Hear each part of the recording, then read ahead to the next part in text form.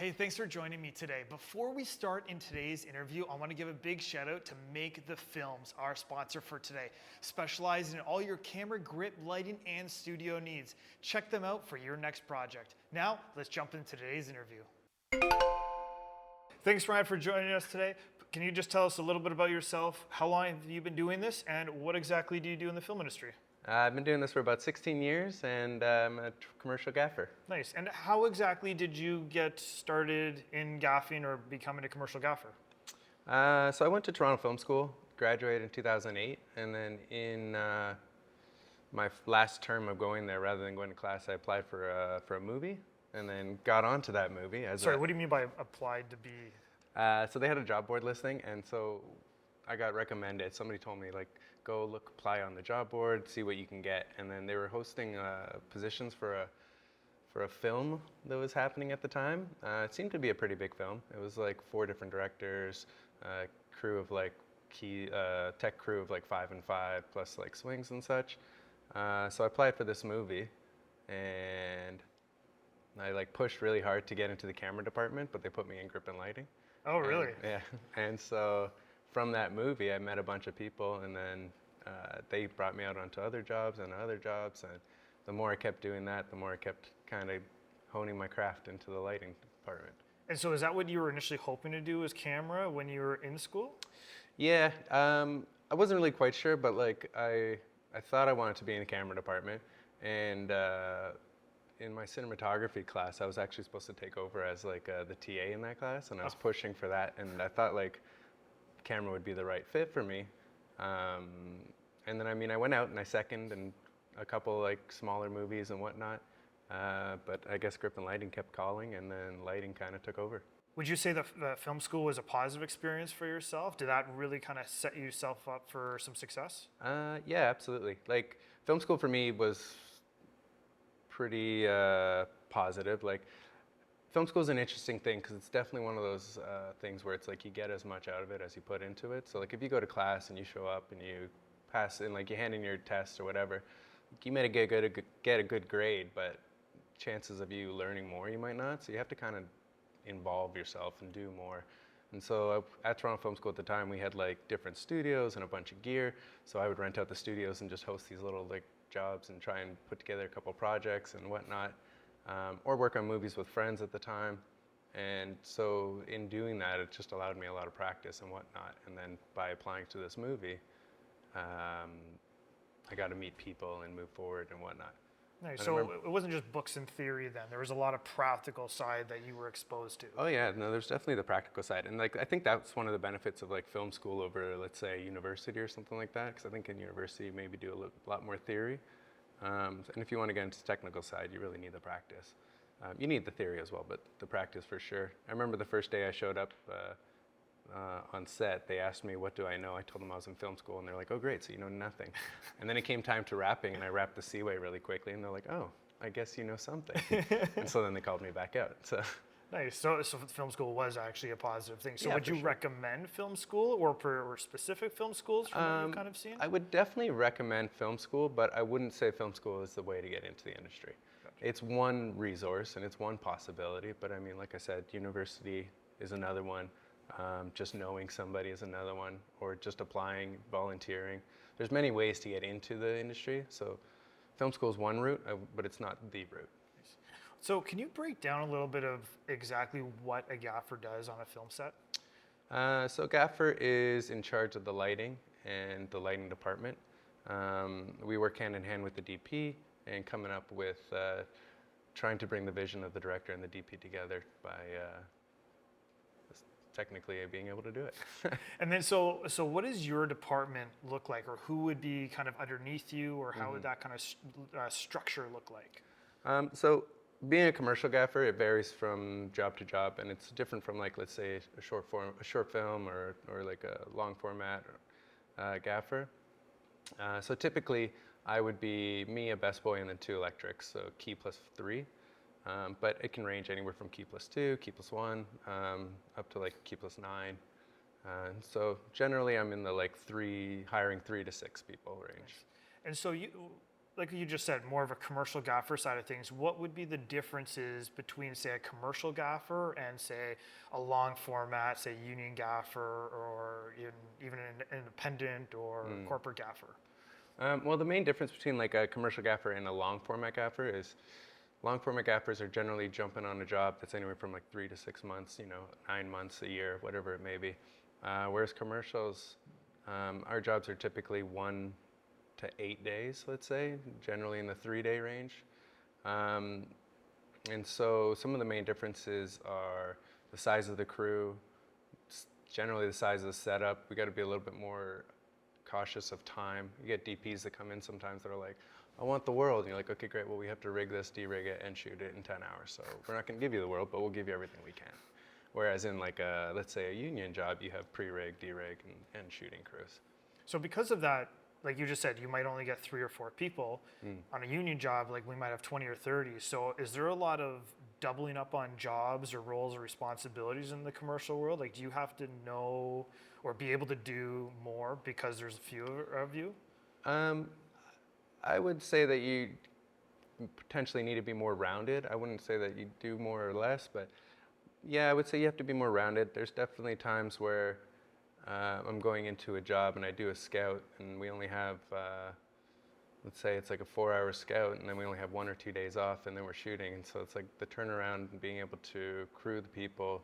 You have to know how you're going to rig everything. You have to know if there's going to be lighting cues. I need to know how I'm going to do those lighting cues. Every now and then you get to order or hire a board op, but I would say like 9 times out of 10, it's usually just me and working on an iPad.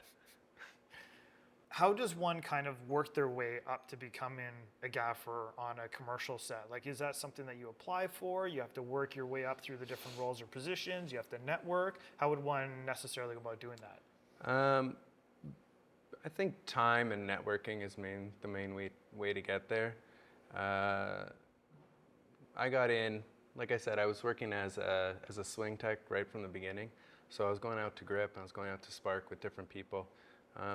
And then I got hired I got booked on a job for the CFC, which is like a Canadian Film Center. They do a lot of like lower budget jobs, but it's like a school where they teach directors, directors, producers, and actors, and writers. And so because they're doing all these films, they need the crew to work on them.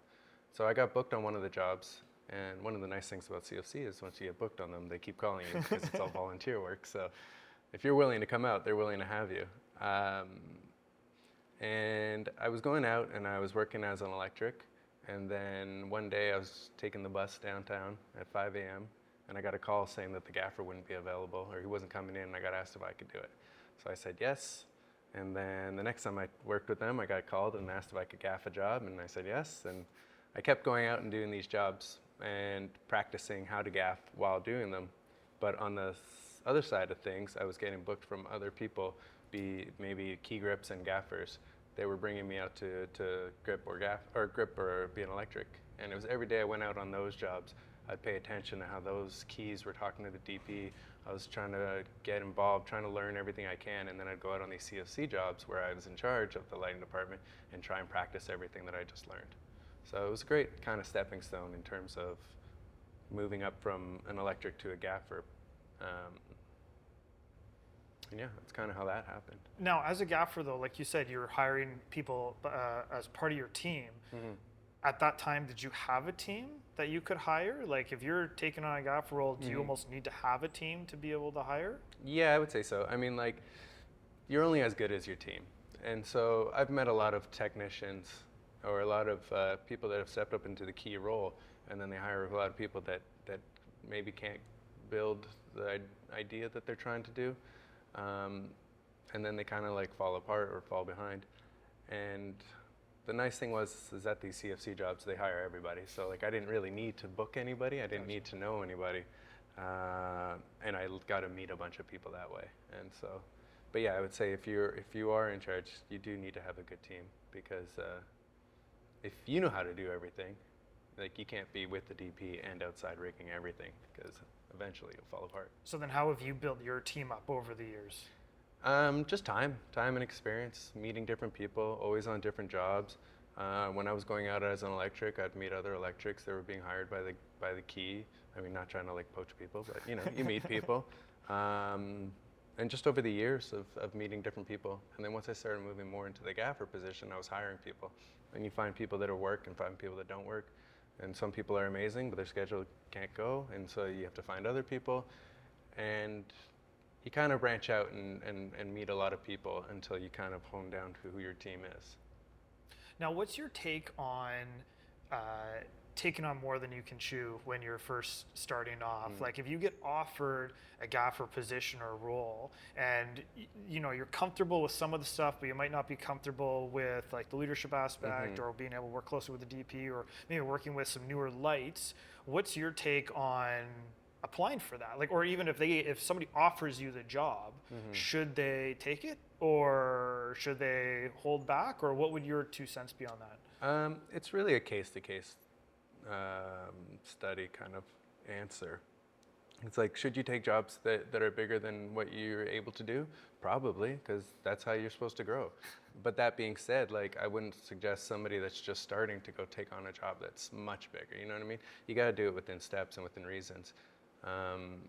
But there's a lot to being a gaffer than just like what you know, because it's like you said, you got to have the right crew, you got to have a knowledge of the gear, you got to be able to chat with the DP, there's time management of the people, and there's a lot to do within the hours. So, I mean, yeah, you should take jobs that are bigger, so that's how you can grow, but at the end of the day, now, you can't do something too big where you're screwing over the production because now you're not ready for what's going to happen. Yes. Now, there's the flip side to that of screwing up, of failing at that point. Are you done if you kind of screw up? Like, are you blacklisted? Like, what is that kind of failure learning curve acceptance, kind of look like in the industry and the commercial world side of things? Are you blacklisted? I mean, there's always the possibility. Depending on how bad, right? Depending on how bad, depending on what the production is. It's like maybe that producer may not hire you again. Maybe that DP doesn't hire you again. But maybe somebody else on the crew still does. I mean, there's always the possibility. Like, you don't want to be jumping into the water too deep if you don't know how to swim, you know? So you got to be able to keep yourself alive before you can really get ahead. Yeah, for sure. Now, is there any particular tools that somebody should be looking at, purchasing, acquiring, building out their own kit or anything like that to be able to take that on to be a gaffer? Yeah, I mean, there's certain things that you need. I don't think there's one tool that makes you a gaffer or not, per se. But there's always a kit or that what's been helpful for you over the years that you've seen? Well, back in the day when I started, I remember I used to have, for example, I would have like a gel ditty, which you don't really need anymore. Thank you. Yeah, I threw that out. I'd walk around with a gel ditty. I'd have a bulb ditty, certain dimmers. Like nowadays, it's like you might want to be well versed in something like blackout or luminaire. Probably blackout more. I think luminaire kind of faded away. And there's just certain aspects of knowing the lights that you need to know. But I wouldn't say that there's one tool you need to become a gaffer. Now, how important is knowing luminaire or blackout, like you said, to being in a commercial gaffer? Like, is that almost expected that you know how to do that or bring that, or where does that kind of go? Because every time I always see the gaffers having these now, so. It's expected that somebody on your team should know it. So not necessarily the gaffer. I know a lot of guys, a lot of commercial gaffers where they have somebody on their team that walks around with the iPad and does the controls much like a board op would, and they treat that character, or that crew member like a board op. I have learned all those things and spent the time trying to learn blackout as best as I can, just because I like walking around with the iPad. I like having the control, and I like to, whenever a DP asks me if we can do this, I'm like, I can do it. And I also like being at the monitor, doing certain things, and then confirming with the DP on the fly. So you don't necessarily need to know how to do it, but you need to know what is possible. And you would need to, have somebody on your team needs to be able to know how to do that. Nice. And so what would you say is an income range that somebody can hope or expect to make doing this job? Not necessarily what you make per se, but like what would somebody look to hope to be able to make in the commercial world of things, either per job or like a rough yearly accumulation that they would be able to do? Well, if it's per job, I mean, The Toronto commercials fall under ACCP, which is somewhat of a union. Not really, like we're not a union. We don't have like member fees, nothing like that. But it's just more, it's guidelines, if you will, as to be a commercial production company. You got to follow these guidelines. And so in those guidelines, we have set rates. So the Gaffer rate, and this goes up every July 1st due to inflation and whatnot, but Gaffer rate currently is $60.51 an hour for a minimum of 10 hours. So you're looking at about $600 a day. And I would say like a rough annual income for hours alone is probably somewhere to 100 to 150,000. Nice. And that's strictly doing pretty much like commercials on that front of things, that with the ACCP, right? That's right, yeah. So that'd be strictly commercials, and that'd be strictly based on labor. And so what's your take then as well on buying gear over, say, renting? Because you can do a certain level that you're able to build out your kit for. But yeah, would you say one or the other, especially as technology is changing so fast right now, especially in the lighting department? What would your suggestions be for that? If you're just starting off, I would probably say stick to the renting for now, because it's going to take you some time to learn what the different lights do and the importance of certain lights, and then the need of certain lights. But I'm a big believer in buying things, but you got to kind of buy things in a strategic way, at least in the commercial world, because you got to stay at top of the game, or ahead of the game, I should say, so that you're always kind of getting new things. But then at the same time, you don't want to trap, let's say, a DP or somebody to use, like, let's say you bought a Nova 600 and they want to use a sky panel. And you're like, well, this is just as good. So it's like you do want to buy some things, and you do want to build your kit, and you do want to advance, but you also don't want to paint yourself into a corner. So maybe buy it as you kind of grow with it a little bit more. Do it a little bit, try and figure out what you kind of find the lights that you're using, find the things that you're using, and the things that will help you do your craft better. And if you're finally renting something regularly, then maybe you want to buy that, because you might as well make the rental. What are some common mistakes that you see lighting technicians or gaffers make out in the field? I guess one of the mistakes you see every now and then is people coming out that are confident, which is a good thing, but then some people come out a bit too confident, and they think that they've known things. I find a lot of people that are new might feel the need to give an opinion about something, because they want to be seen as like, oh, I'm giving an opinion, but at the same time it's like, yeah, no, we've thought of that idea. And the biggest issue you might see in somebody that's new is just attitude.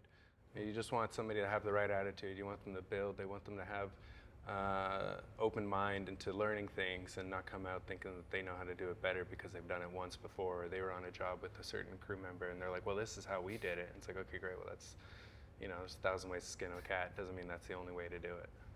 Yeah, like so many times it's like, show me 5 different technicians, I'll show you 5 different ways to set up that light. Exactly. Right? Like there's no one specific way, and you need to be able to hear and still be able to do your job without letting ego get in the way. I think that's so important from that perspective. I think on top of that, another one that I see as a common, I guess, mistake is a lot of times when people are new, and so like on the electric team, we'll have like 3 or 4 guys, let's say, and you'll ask to wrap a light. And so generally somebody will go and start wrapping it. Or like, say you ask to set up a light. Somebody might grab a stand, somebody might grab the stick, and somebody else might grab cable or whatever. I find a lot of times with the new guys, they might go and they might watch, and they might stand there watching you wrap a light. And it's like, if you see me grabbing the light, grab the stand. And if you see somebody, if you're powering a light and somebody puts a light down, go see where you can run cable to it. There's a lot of ways to advance is just by being proactive and being involved, and not just standing around and watching the other people work. So good, so true. So then what does an average day look like for you? You get to set, have you done any prep beforehand, before you get to set at all, or do you just show up cold, or what does that kind of prep, show up on set to the end of the day kind of look like for you? So for me, doing the commercials, like we obviously do a scout before the job. It's either 1 or 2 days. After the scout, I put together a gear list. We talk about which truck we're going to be renting, and then I send that off to the PM. And then on the first day of us doing a commercial, I show up, We should usually show up somewhere 15 minutes early in that range. I'll take the Best Boy electric and I go around, let's say we're shooting in a house. I go around the house, I talk to them about all the different setups, I talk to them about which one will be first and second. It's kind of like we do a little bit of a scout, if you will, but just so that my department knows what we're up against and what we're doing and what we're going to get ready for. And then from there, usually once we're finished this talking about the first setup, I might break off the second or the third and fourth to go and start setting the line, or running the line, and start pulling some lamp heads that they know is going to play first as they go around the house with the other guys. And then it's just getting into the setup and getting the job. And just rolling with it. Just rolling through it, yeah. So what would you say is like the toughest part of your job or any given day? I think the toughest part of the job at this point is maybe when the idea or let's say the director or the DP have a certain idea that they want to do that is not within the budgets of the production. That's maybe our hardest thing, because like if you're working on a union job or whatever and it's like, okay, we want to put this light there, you're like, great, we'll go get this lift and we'll do that and they'll have it ready for us. Now you show up on some commercials and they don't have the budget for a lift, or they don't have the time to budget or whatever.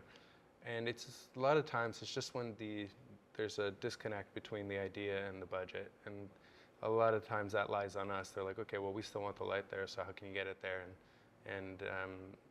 And you got to get a little more creative. You might have to try and do something, or you might have to talk to them about changing a plan or come up with a similar idea that's not quite the same. So that's maybe the hardest thing. So you really got to be comfortable with pushing back against the higher-ups to a certain extent. To a certain extent. If you get asked to do something, you really got to be able to either kind of know what you and your people are capable of, and then be able to be like, yeah, we can do that under these requirements, or be like, hold on, we need to rethink this. Like, how often does something like that happen? Pretty regularly. I mean, every time I go on a scout, I listen to the director and the DP as they're chatting, listen to what the director's plans are, and then I chat with the DP about what his lighting plan is. And as much as I can, I push for everything that we can do it. And it's like at a certain point, it's like everything's kind of the same, and it's just bigger or smaller, but you're doing the same thing. And so I always try and push to do whatever we can. And then when I do get pushed back, we come up with a secondary plan, and they get pushed back again. You come up with a third, and then you get pushed back in. It's like, all right, well, then you guys need to come up with a new plan, because that's not possible now. So for people that are weary or concerned about pushing back or saying the wrong thing, you're saying that this is all a part of the creative process. This is all a part of building out what's capable of on a project. It's definitely a part of the process, and it's part of the creativity. But now, on the flip side of things of that, it's like you can't be the person saying no to everything because you don't know how to do it. It's like you want to try and make the creative happen as much as you can. And then on the other side, it's like you can't say yes to something that's not possible, because if you say it's possible and it's not, and now you're 2 hours behind in the day because you're not done your setup that you said you'd do in 30 minutes, it's just going to look really bad on you. So you have to have the knowledge and the skill level to be able to push or give in certain directions. Now, with that being said, what are the different departments that you're working closely with? And is there any helpful tips to being able to generally work with that department that you've seen as a common trend? Well, the department that we work the closest with would be the grip department. We work hand in hand on pretty much every job. Next to that, there's camera department that I work close with. I work close with the art department. Sometimes wardrobe or costumes, depending on what the scene is. And that's mostly it. Makeup I talk to a bit. Now, would everybody in your department be dealing with all these people in departments, or would that just be more specifically you as the gaffer? Everybody in my department would talk to talk to the grips. I generally am the one that talks to the other departments. Yeah. Now, having been in the business for so long, I'm sure you've seen a few changes over the years. Can you share with us a little bit of like what you've kind of seen that change be, just for those people that are just kind of getting in now to appreciate where we've kind of come from, and then also where you're kind of seeing the industry going a little bit, especially with LED just being in everything now, making our jobs easier and harder at the same time, and also with AI being more relevant? So since I started in 2008, there's been tons of changes. When I started, it was more of the I don't want to say old school, but more of the past way of doing things. Like, a lot of tungsten, a lot of big heads, a lot of HMIs. I mean, HMIs alone, they've changed. We went from magnetic ballasts to electronic ballasts. So that was real relief for the technicians, because those were 50, 60-pound ballasts down to 5. There's been a big change in the style of lighting. There used to be a lot of book lights, which we don't do quite as many anymore. Like I said, they used to have a ton of gels. There's companies like Kino that we used to do fluorescent tubes everywhere. And LEDs have certainly taken, I wouldn't say taken over. I mean, they've taken a big chunk out of the industry, and you're going to have an LED on every production now, whereas before you used to have, like, I don't know, maybe a 1x1 gel or 1x1 like light panel that you'd have to gel and color correct and do this and that too. And now we have things with like proper CRIs and nice dimming curves and RGB colors. And I mean, the game has changed quite a bit, like quite a bit. And are you doing smaller or bigger setups now because of that? On the average, I would say they're smaller setups, but I wouldn't say that in general they're smaller, because we still use all of the big heads. We still, like, you want a bright sunny day coming through a church window, and you have every 18K on the truck going through that. So we still have the large setups. It's just we've been able to get away with a little bit less. I think maybe grips have been, they've had a little bit of like the smaller things taken away, like some of the 4x frames, like color corrections or grids and stuff like that. Where now you can just throw a Chimera on an S60 or whatever panel you have, and then throw a grid on that. And so there's certain things that have changed quite a bit. And but in general, I would say the theory and everything's pretty much the same. Now, anytime I've really worked with you, you've always just had such a love and a passion for this job. Like, you just always have a general smile on your face, and you just generally enjoy it. Yeah. What is it about this job that you still enjoy after so many years that you just love? I mean, like, I grew up watching movies. I was like always playing sports, and if I wasn't playing sports and I was by myself, I'd always put on a movie on. So I always wanted to work in movies. And more than working on movies, I've always wanted to work on set. So going to work every day and being able to be on set, being able to travel, being able to be creative, being in a different position or different location every day. I love the idea that I've been behind a lot of closed doors that people haven't. I get to hire my friends essentially every day, and I work with people that I enjoy. So there's a lot of aspects to the job that I really do enjoy. And is there a reason specifically why you like commercial over, say, union, over indie, or anything like that? I always wanted to get into the commercial side of things. Like, I just like I like the idea that they have the budgets to do some things, some of the creative ideas that you want to try or play with or whatnot. And I also like the idea of the shorter contracts. Like, I like the 1 or 2 day, 3 days. If there's a day that I need off in the year, I just don't book myself that day. I mean, there's pluses and minuses. A lot of people like union because they like the steadiness. They like I'm booked for the next 6 months, but I like the idea of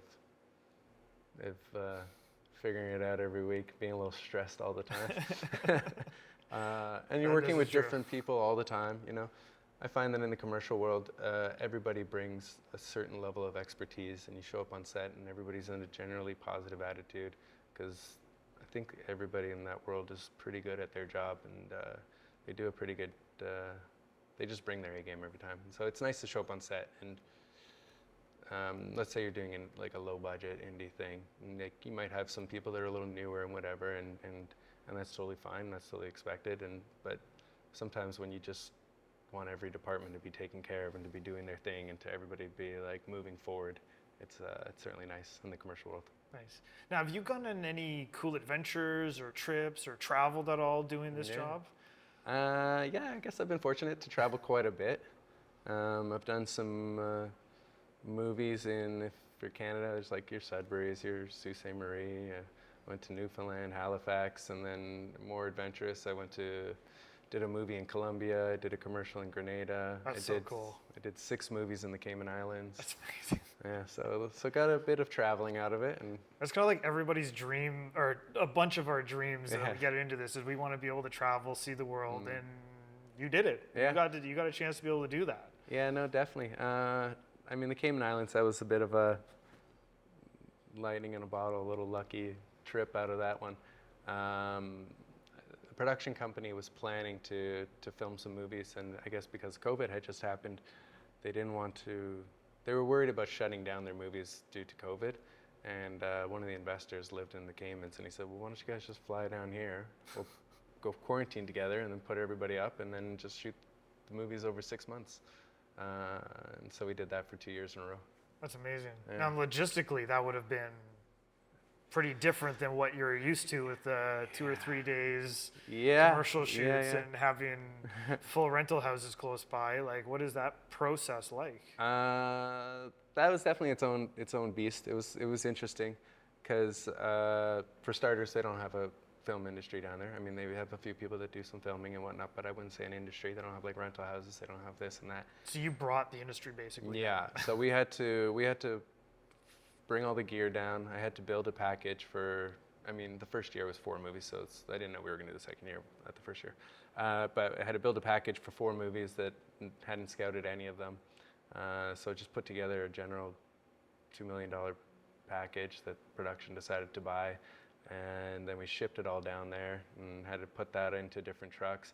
And then we had found out that they don't have trucks, or they don't have like a rental truck company on the island. Whoa. So they had to talk to certain people about getting their trucks, and then So you just got like a whole bunch of pickup trucks and whatever no, else. we ended like, up getting some 5 tons and 3 tons and cubes and whatnot. But it was chatting with the different businesses that own them. It wasn't like calling up a budget truck rental or Wow. whatever else. So we put that together, and then on top of that, I flew down with my like main crew, and then we had dailies that were locals that we had to train up and teach them and whatnot. And the whole idea was that we were going to try and build an industry down there and continuously go back and film. And so we had this like a bit of like this training, a bit of finding it out. did it work out in the end, or did I it mean, just kind of level out? We finished all the movies, and it worked out really well. The first year, like I said, was it was something special. It's lightning in a bottle. It was flying to an island when the rest of the world is shut down to COVID and quarantining for 2 weeks, and then just being available to do anything anywhere. Any movies or actors we might know? Yeah, there's. Hold on, I'll say first. But the second year around, when the island opened up, it was a little bit different. It was like they're like a tourist-based island, and the whole movie-making idea kind of got pushed to the side, and you know, they were paying X amount of millions of dollars to be there, and weren't getting, I guess, the direct treatment they wanted. So they realized that it was a bit expensive to be there, and so. Change of attitude. Yeah, a bit of a change once the borders opened up from COVID, and tourists became the important thing again. So Ryan, thank you so very much for hanging on out with us today, and thank you as well for watching. Remember, if you enjoyed this as well, hit that like button, subscribe. I'm your host, Tony Smith. Until next time, film on. Film on.